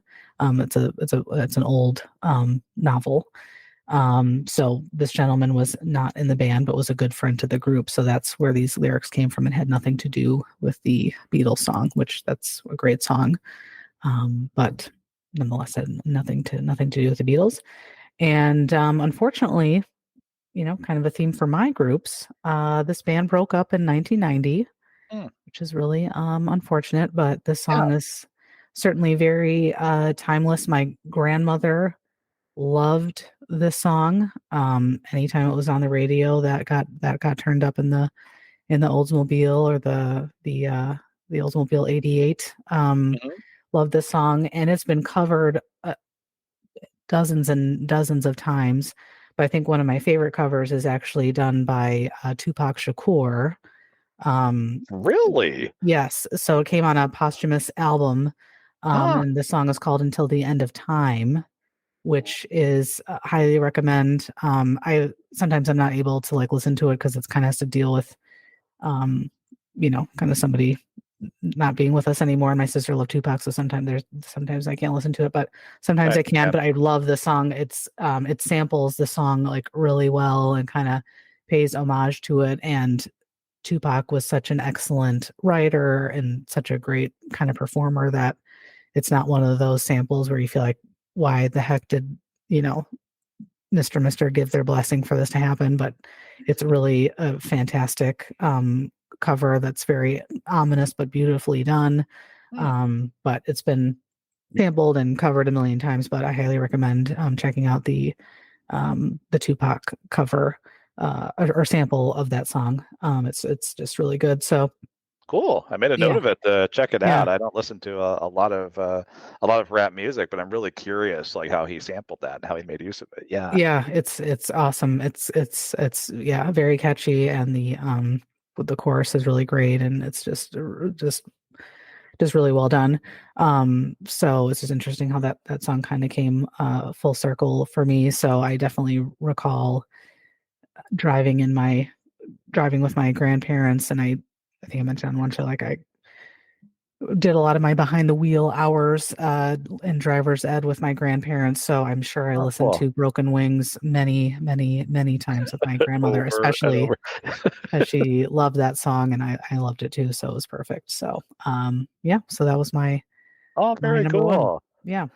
Yeah, that's one that probably could have gotten onto my list. Yeah. I like Mr. Yeah. I actually like their other big hit, maybe a little better. Kyrie, their Hmm. other hit, Yeah. is Yep. really good. That's a good song just to get you fired up and go out. But yeah, Broken Wings is great. I've always Yeah. liked it. Again, Jason and synth music, and I love like a good synth. And there's Yes. a instrumental section in that song that is all just like synth, and like I love Yeah. it. It's beautiful. It's really well done. Talk about Yep. great lead singers. Lead Yes. singer of Mr. is named Richard Page, I believe is his name, and he's gone on to be an in-demand like backup vocalist and session musician and Mm. stuff. So this guy still, I think, is still a going concern for sure. But yeah, Mm. he can belt it out in both of those Yeah. hits that Mr. had. So Yeah. kudos to him. Um, Yeah. Not to segue too much, but I know what you mean about music being evocative of a person for sure. There's certain Dire Straits songs and certain Bruce Springsteen songs that make me think of my dad, Mm. who's Yes. no longer with us, unfortunately. And yeah, and sometimes it can make a good feeling, and sometimes it makes me sad. It's Yeah. interesting how powerful music can be. I think that's been a theme of what we've been talking about is bringing up memories, bringing up emotions, and so forth, and really evoking the presence of a person sometimes. Yeah. Yeah. So I understand Definitely. what you're saying there. Yeah. Um, so yeah, the great pick, Yeah. Broken Wings is awesome. I love it. Yeah. So yeah, it's good stuff. Good. Timeless music was yeah, rocking out to that on the way home from school today. And well, I'm not in school, but I'm picking up my two little Picking up your kids, yeah. yeah, picking up my little ones at school, and they, as I was What saying do they think offline, of it? yeah, Are they they down were with good. it? Yeah, Okay, yeah, they're pretty cool. eclectic, because we don't. I mean, we listen to like some kids stuff, but we also play a lot of um odds and ends for them of all different musicians. And I think I've gotten my youngest son is like really into some Mary J. Blige stuff, and my oldest son loves Take on Me. He loves Taylor Swift. He loves ABBA. Um, so we really Cool. try to expose them to a lot of different genres, a lot of Taste. different eras of music. But the only thing that they will not be exposed to is country. If I have anything to do with it. As you mentioned before, yeah. Yes. Yeah. Just don't let that interfere with them liking big country. Big Yes. country is not Exactly. country music. So, if Right. they express a liking for that, don't take it away from them, Amy. That's right. I know. It's Country true. music. You can't listen to that. No, no, it's not. Yeah. All right. So, well, so I think we both have some honorable mentions for our respective lists. So, do you want to share your honorable mentions next? Sure. So, yeah, I do have a couple honorable mentions. So the first one I'll talk about is a song called "Tough Enough" by the Fabulous Thunderbirds. This is one of my go-to '80s favorite songs. Tough Enough is not spelled how you would expect it. If you go type it in somewhere and spell it the traditional way, you're not going to find it. It's Yep. Tuff space ENUFF. Tough enough. Nice. Which I love that. Yes. And this is one of those songs that like I think it gets played at like sports arenas. I think it's played in sports montages, on Yep. TV. If there's like a boxer that's training, or like if there's a video that's done of like a montage of a particular baseball team or a season or something, like this is one of those that they'll roll out and they'll play in the background. And Yeah. it's just a good song just to get you fired up and just get you like, yeah, I'm gonna go out there and conquer the world, because it's all about like all the things the singer is talking about, all the things that he would do for the person he loves. And it's like, I'd fight Muhammad Ali for you, and I'd run into a burning building for you, and like all this stuff, it's like over the top, and it's great. So I think the song's a lot of fun. So the band name, it's interesting. I listened to a podcast once where they said the name of the band was stupid, and I was like, blasphemy. Total blasphemy. Fabulous Thunderbirds. Unsubscribe.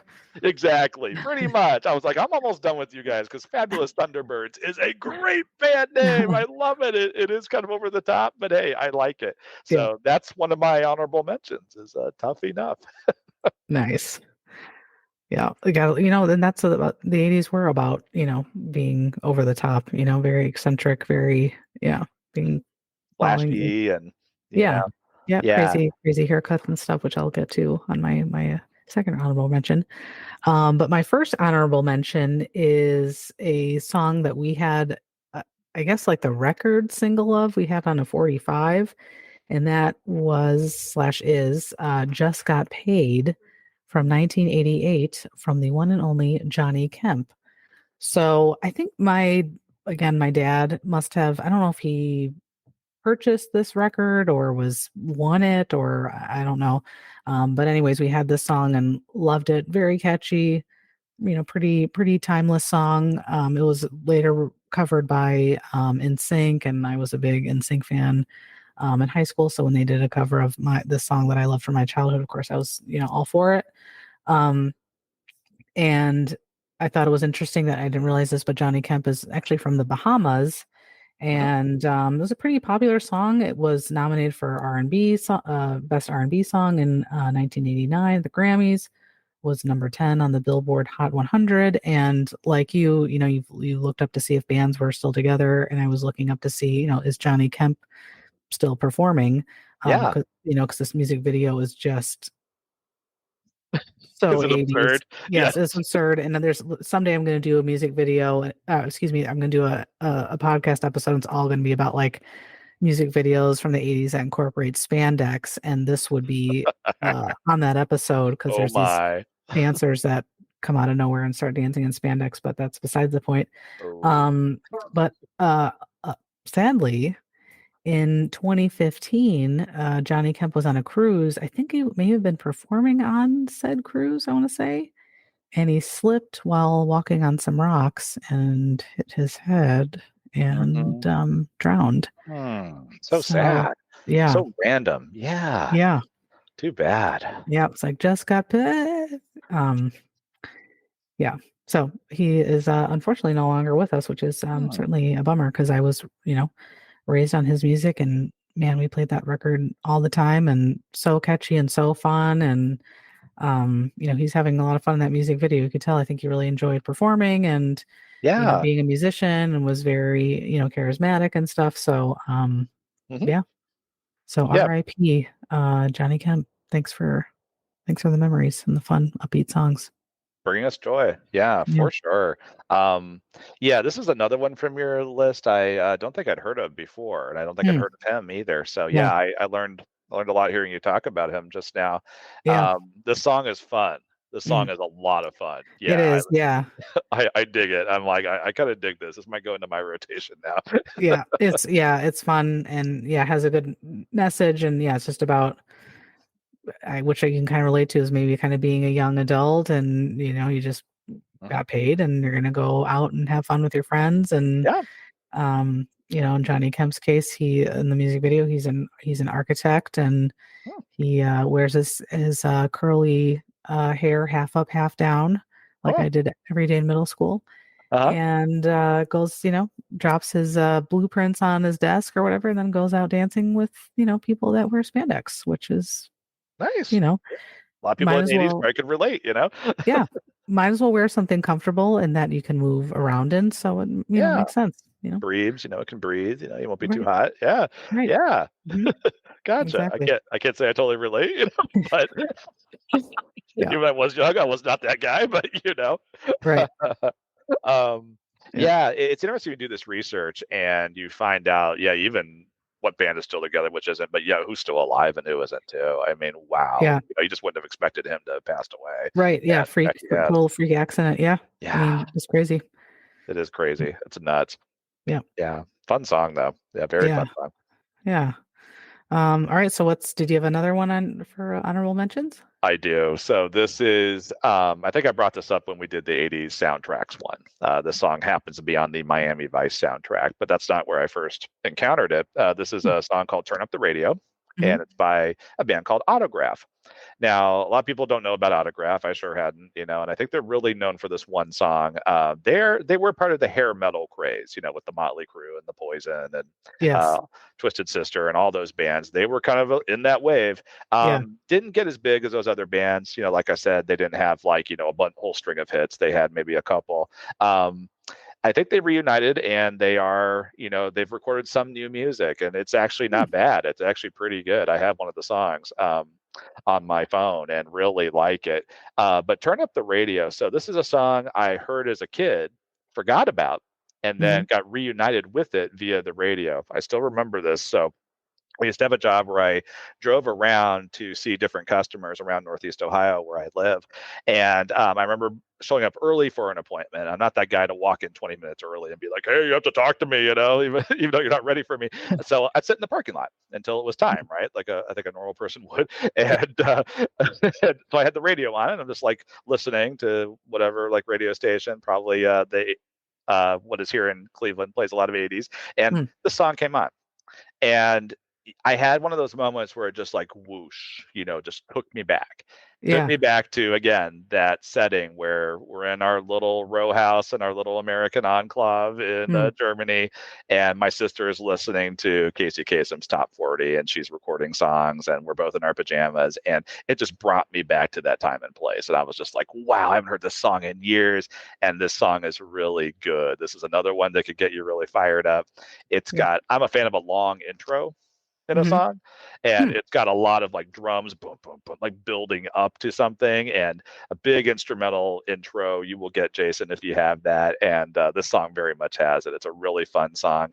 And then being a fan of Miami Vice, and I started buying CDs as a young adult, found the Miami Vice soundtrack, and whoa, this song's on on the soundtrack. I knew I loved Miami Vice. I was Cool. gonna say, yeah, I was like, oh my God. It It's all like the kind of icing on the intersected. cake. You already loved it. Yeah. Exactly. Like one of my favorite songs is on this CD, along with all the other music I knew of. Sweet. That's really cool. So that is my other honorable mention. Love that song. I probably listen Yep. to it once every 2 years. So I don't know what that Nice. says about me, but it is Hey, a fact. Yeah. yep. No And judgment. like I No. said, heard it. It took me back because I was just like, I had not heard it in probably like 20 years or something. So Yeah. it's Yeah. great. Yeah. Yeah. Isn't it amazing what music can Hmm. is a time machine, and it's Absolutely. pretty incredible. Yeah. Yeah. No, hey, no judgment. I mean, I'm driving down the highway or whatever, rocking out to Climax and Hmm. Robbie Jackson. I'm sure I'm probably like the one person in the whole The country only that's one in like, I'm the whole barely highway. moving in the ladies' room. Right. Waiting for somebody to be like, what in God's name are you listening to? Yeah. Yeah. I had a So coworker once criticize my musical taste. She was like, "You have horrendous musical taste." I think I was listening to Lionel Richie and a few other things, and she was like, "You listen to Lionel Richie? What's wrong with you?" I think she thought there was like a generation mismatch with it, And I'm yeah, like, "There kind of is, but I don't care, right. Judge me all you want." Mhm. Hey, I like soft hits of the 80s and get Me off my too. back. Yeah. Oh yeah. Oh Mhm. yeah. And I think people crack up when they know this about me, but I like Barry White, you know, like Mhm. music Oh like that yeah. too. Love it, you know, and that's thanks to my sister. My sister brought the disco influence into my life that my dad had nothing to do with that. In fact, Yeah. he was like, it's your sister's influence that you listen to the Bee Gees, son. It's all because of her. You know, Yeah. kind of what he'd say, you know, kind of half joking, I think, you know. Half joking, half serious. Yeah. Right. You listen to Yeah. ABBA, son. Oh, I can't believe you listen to ABBA. Oh. You know, he When I definitely had saw some things where he did not listen to it yet. when I saw Mamma Mia Oh, I bet you went in the crazy. musical theater, I lost my mind. Oh, So, I bet. hey, I yeah, bet. no judgment. No, as long as it's not country music. Um, What's your? Do you have another honorable mention? I'm assuming it's not a yes. country song. No, Little never. Garth Brooks, little N- Tammy Wynette. Yeah. no, maybe those 10 songs that we can't stand, then maybe yes. But Oh, that's a my very different podcast. Yeah, that's a hate podcast. yes, trying to be so negative. Right. Um, so that would be a very hateful, very negative show. Yeah, it would. Um, It yeah. would. So yes, my next honorable mention is Iran in parentheses So Yeah. Far Away Yep. by the Flock of Seagulls from 1982. And the Flock of Seagulls is a very, very much 80s sort of a victim, if you will, of their time. New wave band. Hmm. I believe they are from the UK. And this was the second single off of their self-titled debut album. And part of the reason I think why the song became so famous and kind of well known and kind of a cult favorite, if you will, is because of the music video. Mm. And I think the band had never really been in a music video, weren't really sort of given much direction, um, which is pretty obvious if if you've seen it. If you want it, yeah. Is the very low budget. I think the person who directed this also directed Centipede, but Robbie Jackson's music videos, very very low budget, maybe The same college, production company. Yeah, it's like right? a guy College and his kids, like cousin. Yeah, doing yeah. everything. Yeah. Intern at the college music video program. Right. Um, so very very low budget and very notorious for the lead singer having this bizarre hairstyle Yes. that caught a lot of people's attention and was very famously and hilariously mocked in an episode of Friends, which was done super well, where Ross and Chandler were wearing Miami Vice suits, and Yes. Chandler Yep. has the Flock of Seagulls hairstyle. And I think I actually made I don't think I made a meme or something, but I did one of those split screens a couple of years ago with the gentleman who was the lead singer of Flock of Seagulls, and my son, whose hair was kind of like sticking up in weird ways, just like that. And I'm like, who In did it weird better? places. Yeah. Yeah, and it looked because he has blonde hair, and it looked just like the Oh. guy from Flock of Seagulls. It was pretty hilarious. I should Just find has to that. have it like in his face, right? It has to be like Yeah, hanging down over his eyes. Yeah. yeah, I should find that. I should find that and repost it. Oh, that's great. Yeah, it's probably Yeah, on your Instagram somewhere. Yeah. yeah, it could be. But if not, I'm gonna find it. And yeah, I think they're just really well known because of MTV, and this is, Yeah. during the era of MTV where Oh yeah. music videos were really interesting and were exposed people to new bands and new musicians. So I Hmm. think had they not been on MTV, maybe this song wouldn't have been as popular as it was, Yeah. but certainly very memorable. The music video involves a lot of mirrors and weird Hmm. people chasing the members of Flock of Seagulls throughout the mirror area. It's very bizarre. And I don't think that the band is still together, or if they are not in the same sort of formation that they were at the start. Um, they've had a lot of different band members come in and out of the group, Oh yeah. which is again my theme. Hmm. And Yep. yeah, so certainly a very classic 80s, early 80s MTV song, Hmm. and very memorable music video. Yeah, absolutely. I remember seeing that video on pop-up video on VH1, Yes. and they're pointing out all the stuff, and like they're like, "This is not a camera. That's not a camera." When very much it is, but they put like tinfoil over the camera, like to Yes, lots of disguise it. tinfoil. Yeah, lots of tinfoil in there, to, like disguise it. You can't tell that's a camera now. There's Right. tinfoil on it. It's like, no, I can still tell it's a camera, guys. Yeah. Yeah, it's funny. I may have told you this. I read a book called "I Want My MTV," and it was like the history of MTV from its start all the way to like the early '90s when Hmm. the format really just fell off, and Yeah. kind of like the Read that. heyday of MTV. And they talked about how those early music videos were pretty sketchy before Yeah. they got a lot of professional production values involved. It really was just like, we're going to throw something together because we got to have a video of some kind, guys. We got to Right. put something up there. So let's pull this together. And yeah, and some of the early ones are pretty dire. They're pretty bad. Yeah. And or they were just the band just like playing, concert footage spliced together and like, okay, here's a video, take that, and it's kind of boring. Yeah. But it's funny with the guys being chased around in the video, because a lot of those music videos from back then had a story, like a little story of some kind, Yeah. even if it didn't like really make sense. Like we talked about Right. the Take on Me and Aha. I didn't talk about Big Country in a Big Country's music video for that. Hmm. So it's random. The guys in the band are like on like four-wheelers, like ATVs, just Yeah. like driving across the landscape, and they're scuba diving, and they're looking for a treasure is what they're doing. And it's just like, who came up with this? This is really funny. And like, what are they doing? And why are they? Yeah, Yeah. it's hilarious. Rio by Yeah. and Hungry Like the Wolf by Oh, Duran yes. Duran. Both of those, we're Indiana Jones and we're in the jungle, and Right. I'm We're on like, a I boat. love it. Yeah. Yeah, Yeah. kind of a theme of adventure there. I really thought that was a cool theme in the Yeah. '80s for sure. But good honorable mentions though; those are both great. Oh, yes. Yeah. Thank you. Well, yeah. And same to you.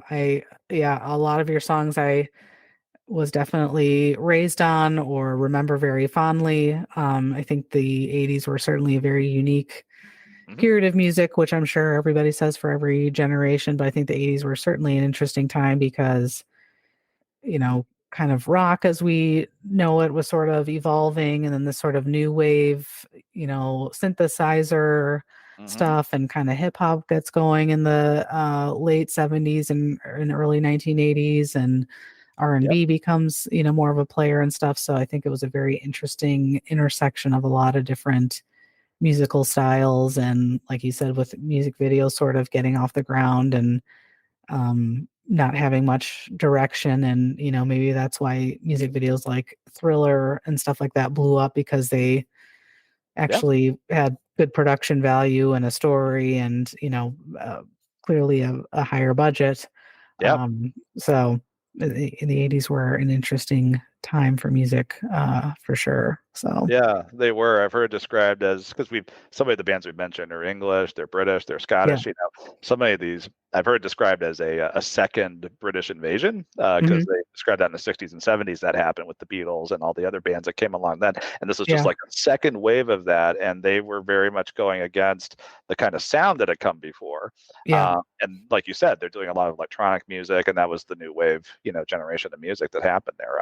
Really interesting stuff and really fascinating. But yeah, I feel really lucky to have grown up then, because it was very fertile. There's just a lot of like cool music coming out, and so much of it was just fun. It Yeah. was really fun Yeah. music. Yeah, I cool to grow agree. up with.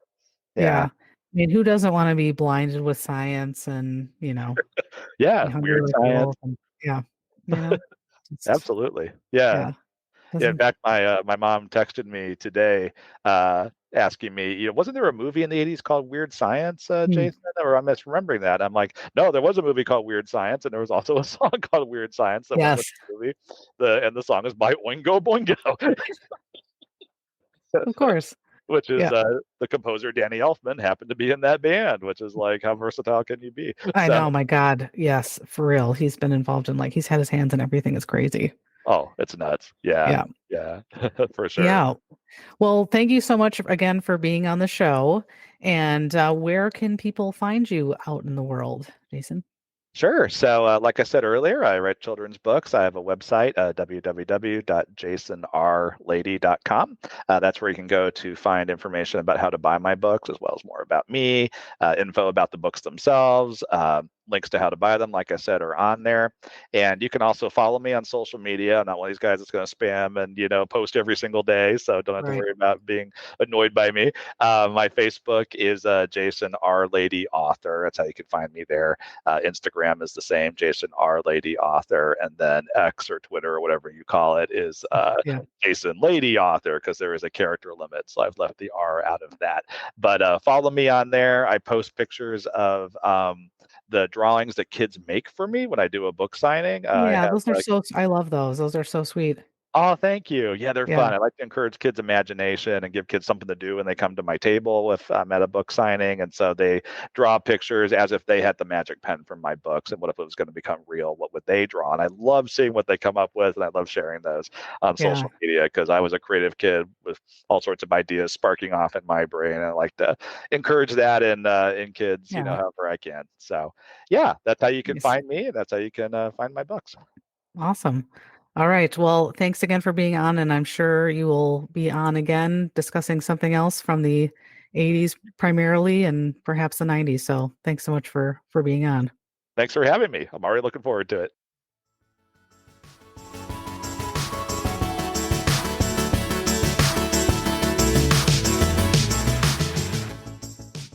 I hope you've enjoyed this look back at our top 10 favorite one-hit wonders from the 1980s with special guest Jason Lady. I always look forward to having him on the show, and I hope you do too. After we recorded this episode, I realized that I think I have a whole other list of songs that I wanted to include, so we may just have to do a part 2 at some point. I hope you'll join me for my next show where we will take another look back at a fascinating facet of the 80s, 90s, and early 2000s. Until then, be kind, be safe, and hold on to your memories. Thank you for tuning in to my mama's podcast and the memories of Auntie Rebecca.